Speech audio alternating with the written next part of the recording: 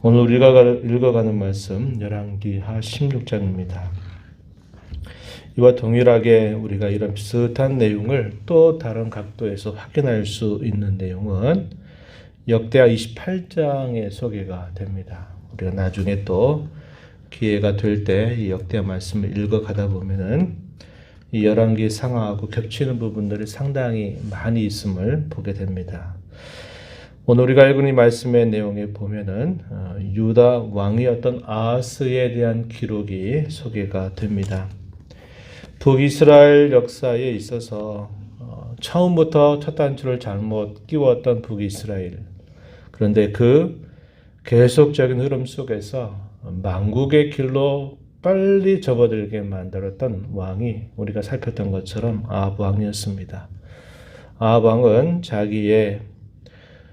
자기의 아내를 이방 여인을 얻게 되면서 이방 종교를 이스라엘에 들여다오는 장본인이 되어서 심히도 부패하게 만드는 그런 결정적인 계기를 여러 차례나 만들었던 사람이었습니다. 남유다의 왕조에 있어서 망국의 길로 접어들게 만들었던 한 사람을 꼽으라 그러면 이 아하스 왕입니다. 그리고 므낫세의 경우도 우리가 뒤에 가서 보게 되면은 살펴보게 될 텐데, 이 아하스 왕은 유다의 왕조 가운데서 유다 나라가 빨리 쇠망하게 만드는 이런 요인을 제공했던 왕입니다. 20살에 그가 왕이 되는데 16년 동안 그가 다스리게 됩니다. 유다 왕의 선대와는 전혀 다른 모습을 취하고 있음을 보게 되고요. 이제까지 흘러왔던 신앙의 여러 내력들, 왕조 역사를 봐서는 절대로 있을 수 없는 일을 이 아하스 왕은 행하게 된 것입니다. 우리가 읽은 말씀 2절 하반절에서부터 4절에 보게 되면 그의 16년 통치에 대한 역시 하나님의 평가, 여호와께서 그를 어떻게 보셨는가 설명해 주는데요. 2절 하반절 한번 보시기 바랍니다. 그의 조상 다윗과 같지 아니하여 그의 하나님 여호와께서 보시기에 정직히 행하지 아니하고 이스라엘의 여러 왕의 길로 행하며, 이 표현을 좀 주의해서 볼 표현입니다. 이스라엘의 여러 왕, 유다의 왕이 아니라 이스라엘의 여러 왕의 길로 행했다, 이 표현되어 있죠. 계속 읽어보시면 또 여호와께서 이스라엘 자손 앞에서 쫓아내신 이방 사람의 가증한 일을 따라 자기 아들을 불 가운데로 지나가게 하였다. 4절 보시면 산당들과 작은 산 위 높은 푸른 나무 아래 제사를 드리며 분향하였다. 그의 통치에 대한 여호와 하나님의 판단, 그것이 선한 일이 보이지가 않는다 하는 겁니다.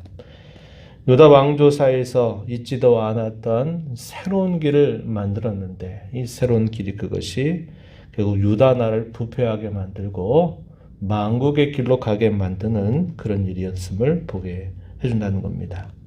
3절 읽었던 말씀에 보시면 이방 사람의 가증한 일, 이렇게 표현이 되어 있는데, 이 내용은 역대하 28장 2절 3절 내용에 보게 되면 이방 사람이 가증한 일, 이게 무엇으로 설명하냐면 바알들의 우상을 부어 만들었다, 흰놈의 아들 골짜기에서 분향을 했다 해서 바알을 거기서 섬겼던 그 모습을 그대로 가져오게 된 것입니다.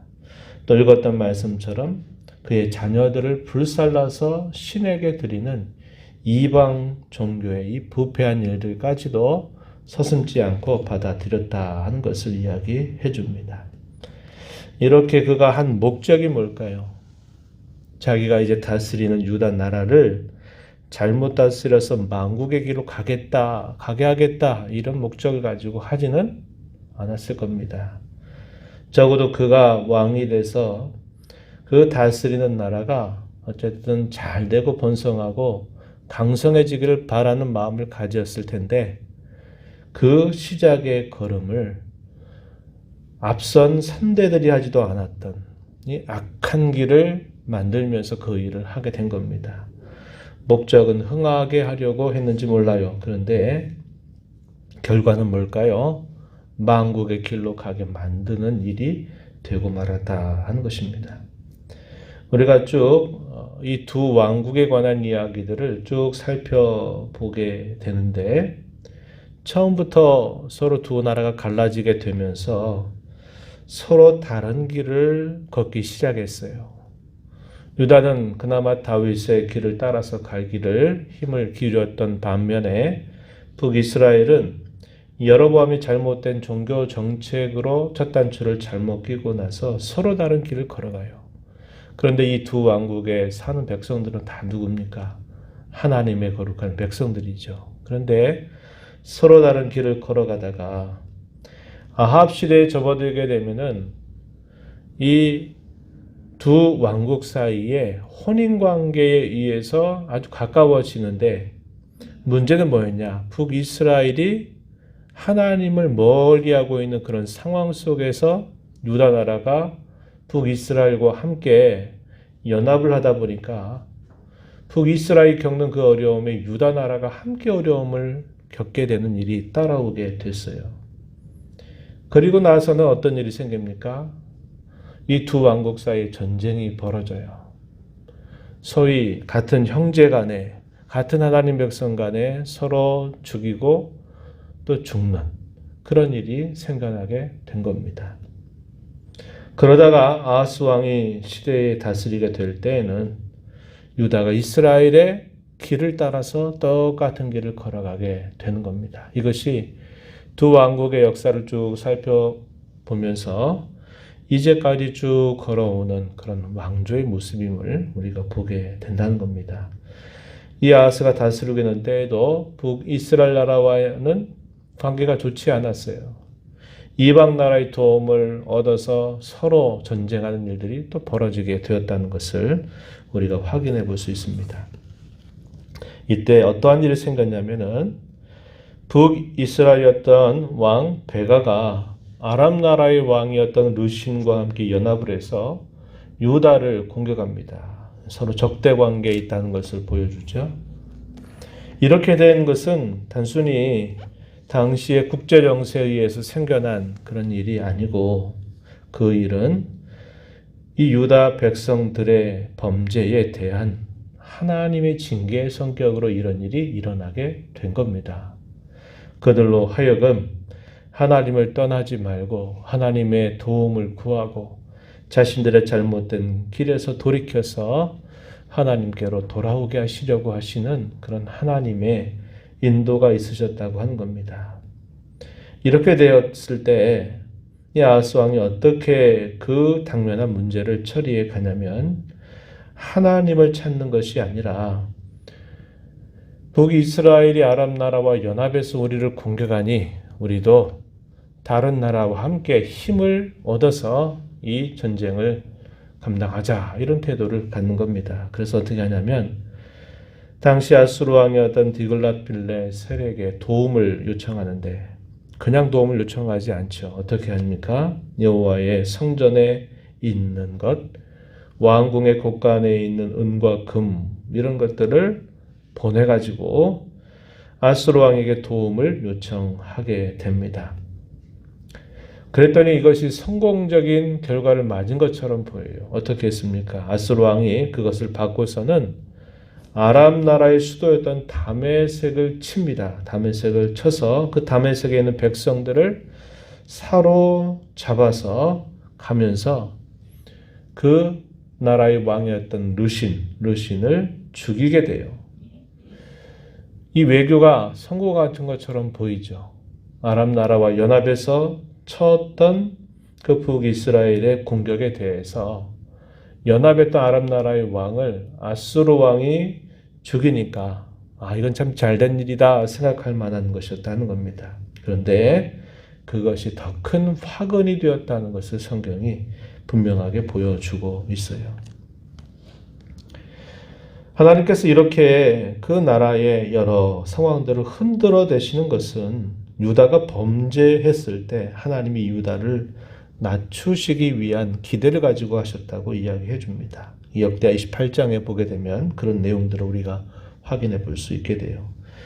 이렇게 해서 그 전쟁의 위기로부터 벗어나게 되었던 이 아하스가 어떤 일을 하게 되냐면 종교를 완전히 망가뜨려 버리는 일을 하게 된 겁니다. 10절에 한번 보시면은 이렇게 말해요. 아스르 왕 드글랏 빌레셀이 다메섹에서 르신을 죽였다고 하는 소식을 듣고서 이 아스르 왕이 이 다메섹을 찾아갑니다. 잘됐다 생각하고 찾아간 거죠. 거기서 뭘 했느냐? 10절 중간에 보니까 다메섹에 갔다가 거기에 있는 제단을 보고 아하스 왕이 그 제단의 모든 구조와 제도의 양식을 그려 제사장 우리에게 보냈다. 왜 보냈을까요? 이렇게 제단을 만들어라 명령을 내리기 위한 것이었습니다. 아람 나라에서 그의 신에게 제사를 드리는 이 제단이 이스라엘에서 성전에서 드리는 이 제단에 비해서 너무 화려하고 너무 좋아 보였던 것 같아요. 그러니까 이 다메섹에 있는 제단의 양식을 그려가지고 유다에 있는 제사장 우리아에게 이 양식에 대한 설계도를 보내고 이런 제단을 만들어라 이렇게 명령을 내린 겁니다. 이 명령이 전달된 이후에 당시의 제사장 우리아는 급히 서둘러서 이 일들을 왕의 명령에 따라서 새로운 제단을 만드는 겁니다. 그리고 이 아하스 왕이 다시 이곳으로 돌아오기 전에 이 모든 일들을 다 완성했다라고 이야기를 해주고 있습니다. 11절에 보면은 하반절에 아하스 왕이 다메섹에서 보낸 대로 모두 행하여 제사장 우리아가 제단을 만들었다. 아하스 왕이 돌아와서 그 새로운 제단 앞에서 제사를 드리는데 제단은 이방 종교의 제단을 만들어 놓고 그 제단 위에서 한 일은 여호와 하나님께 제사를 드리겠다라고 한 것입니다. 혼합이 되어버린 거예요. 하나님께서 보여주셨던 설계도에 따라서 만들어졌던 그 솔로몬 성전 안에 있는 그런 기구를 자기가 임의대로 바꾸고 더 화려하고 더 멋진 것처럼 만들어서 그 제단에다가 하나님께 제사를 드리겠다 이런 일을 하게 된 겁니다. 14절에 보면은 또 그러다 보니까 성전의 구조를 바꿀 수밖에 없는 거예요. 어떻게 바꿉니까? 14절에 여호와의 앞, 그 성전 앞에 있던 놋제단을 새 제단과 여호와의 성전 사이에 옮겨다가 그 제단 북쪽에 그것을 두었다. 이렇게 말을 합니다. 그리고서 제사장 우리에게 제사를 명령하죠. 15절 보면은 아침 번제물, 저녁 소제물, 그리고 왕의 번제물, 소제물, 그리고 모든 국민의 번제물, 소제물, 전제물을 이 새로운 큰 제단 위에 불사르고 여기에서 제사를 드려라. 이렇게 명령을 내리게 합니다. 그리고 기존에 있었던 놋제단은 내가 특별한 경우에만 내가 이것을 사용할 것이다 라고 명령을 내리게 되고 당시에 제사장이었던 우리아는 아하스가 말한 대로 그대로 다 행합니다. 정치와 종교가 함께 결탁해가지고 부패의 길을 걸어가게 되었고 혼합적인 형태로 종교가 이상하게 그려지게 되고 말았음을 보여주고 있는 겁니다. 아하스가 보기에 놋으로 만든 제단은 그것이 별스럽지 않게 보였던 모양이에요. 그런데 다메섹의 이방의 신상을 향해 드렸던 그 제단 보니까 너무 화려하고 멋이 있거든요. 그러니까 그것을 만들어서 우리도 이렇게 해라고 명령을 내리게 된 것입니다. 우리가 이걸 통해서 한 가지 생각하는 분명한 부분이 있어요. 신앙의 참된 그 본질, 그 내용을 잘 붙들지 않게 되면요. 외적인 화려함이나 외적인 웅장함, 그 형식에 항상 치우칠 수밖에 없다는 것을 우리는 알게 되는 겁니다. 그 내용 속에서 왜 놋제단에서 하나님이 제사를 드려라 하셨던 그 말씀을 뜻을 알지 못하고 그 본질을 놓치고 여호와 하나님을 떠나게 되니까 그게 이방의 신상에서 드리는 그 제단으로 봤더니 너무 초라하고 초라하게 그지 없는 거예요. 안 되겠다 싶어서 그 이방의 신상에 있는 그 제단의 모양을 만들어 가지고 이렇게 만들어서 우리도 제사 드리자 한 것입니다.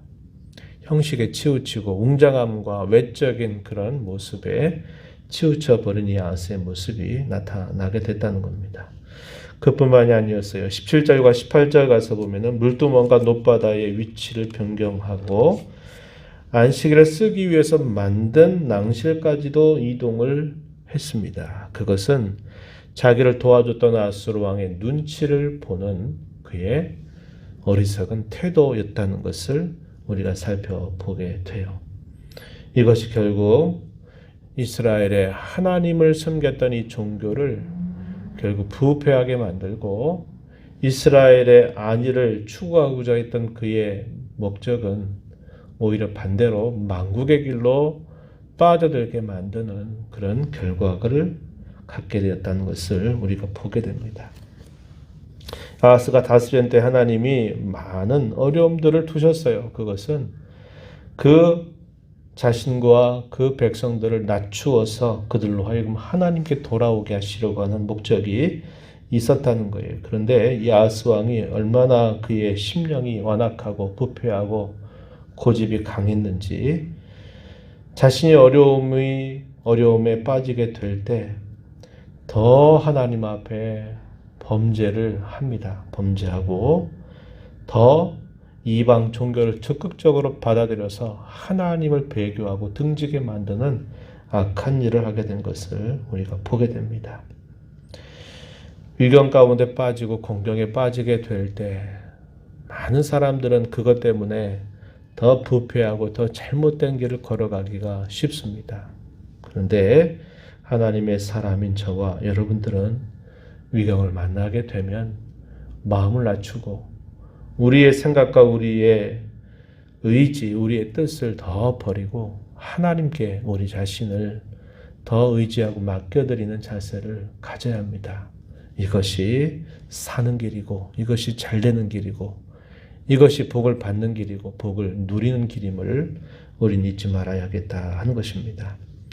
오늘 우리가 이러한 말씀들을 살펴보면서 계속적으로 우리가 공경 혹은 위경의 때를 보내고 있는 것만큼 주님 없이는 내가 살 수 없습니다. 주님의 도우심을 내가 바라봅니다 하는 이러한 겸손하고 낮은 자세를 가지고 하나님의 은혜를 구하면서 이 어려움의 때를 주님과 함께 동행하며 이겨나가는 그런 신앙 자세를 놓치지 말아야 하겠습니다. 무엇인가를 바르게 잘 세워가는 일들은 참 어려운 일입니다. 그러나 세웠다는 것을 무너뜨리는 것은 순식간에 무너져요. 우리 늘 하는 말이 그렇죠. 세우기는 그렇게 어려워도 무너뜨리는 것은 너무나 쉬운 일입니다.